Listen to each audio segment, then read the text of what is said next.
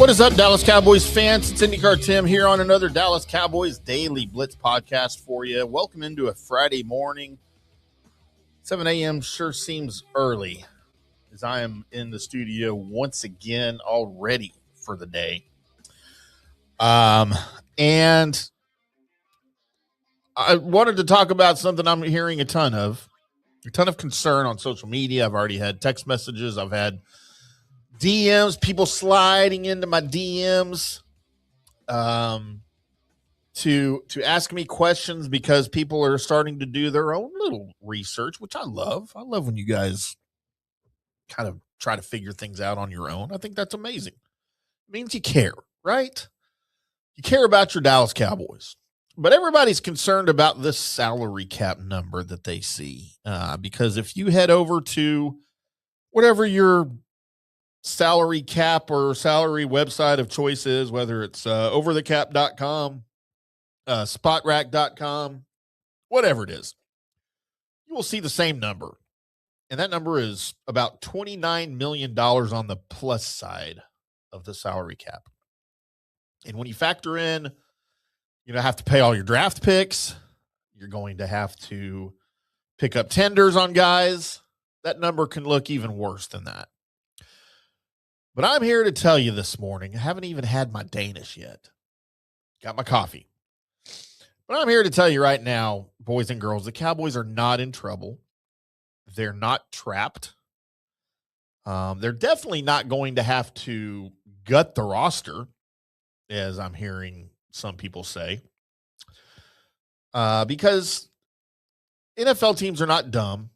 The Cowboys are not dumb. We've been in the salary cap era for a couple of decades now, more than a couple of decades, and guys have figured things out. And they have multiple mechanisms built into these contracts. And these allow them to create significant cap space very quickly. So we can break it down pretty simply for you.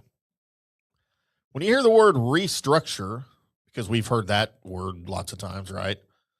Doesn't mean that a player is taking a pay cut. Never does it mean that. It will never mean that. Whoops. See, there I go pressing buttons on the remote control to the camera. Oh, you guys got a big picture of our studio there. Apologies.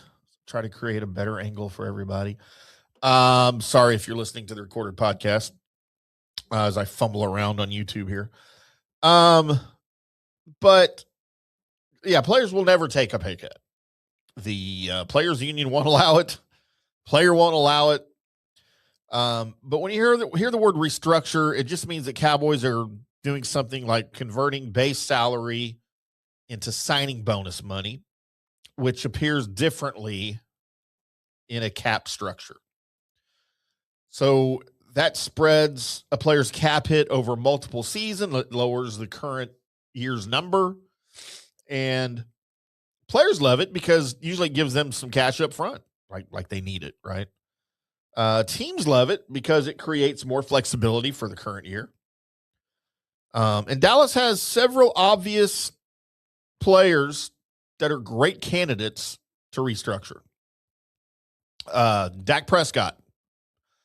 Clearly the first guy that comes to mind with a $74 million cap hit this year. He's a lever you can pull. CeeDee Lamb. That's another lever you can pull. Tyler Smith. Absolutely a lever you can pull.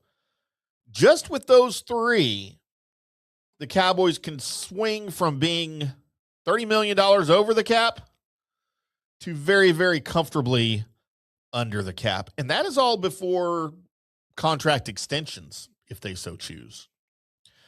If Dallas chooses to extend a couple of key defensive pieces, they can lower those current cap hits even further.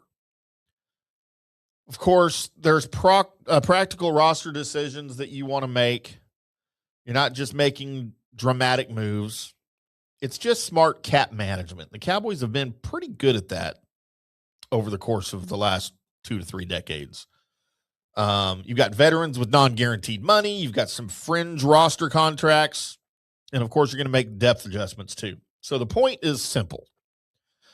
The Cowboys can create $20 to $30 million in workable cap space without barely blinking on any of this. But the real question isn't can they fix the cap? Because the answer to that is yes. The question is, what do they do with the cap space? Because this offseason is all about reshaping the defense. It's all we've talked about so far this offseason, and I can tell you right now, it's probably all we're going to talk about throughout this offseason, into training camp, into the preseason, in the first few weeks of the 2026 regular season when we get an eye on Christian Parker's new defense in real-world situations. And we've talked about Christian Parker and how his hiring will influence things on the defensive side of the ball. The Cowboys are most likely going to transition into more 3-4 looks, and that changes how you evaluate edge rushers. It changes the body types that you prioritize. It changes your free agency targets. Because in a 3-4 defense, your players have to set the edge against the run. They have to rush from multiple alignments. They have to occasionally drop into short coverage. And they got to play better disciplined football. You can't have a one-dimensional pass rusher who appears only on early downs in this type of defense. So if the Cowboys free up that $20 to $30 million, edge rusher becomes priority number one, I believe.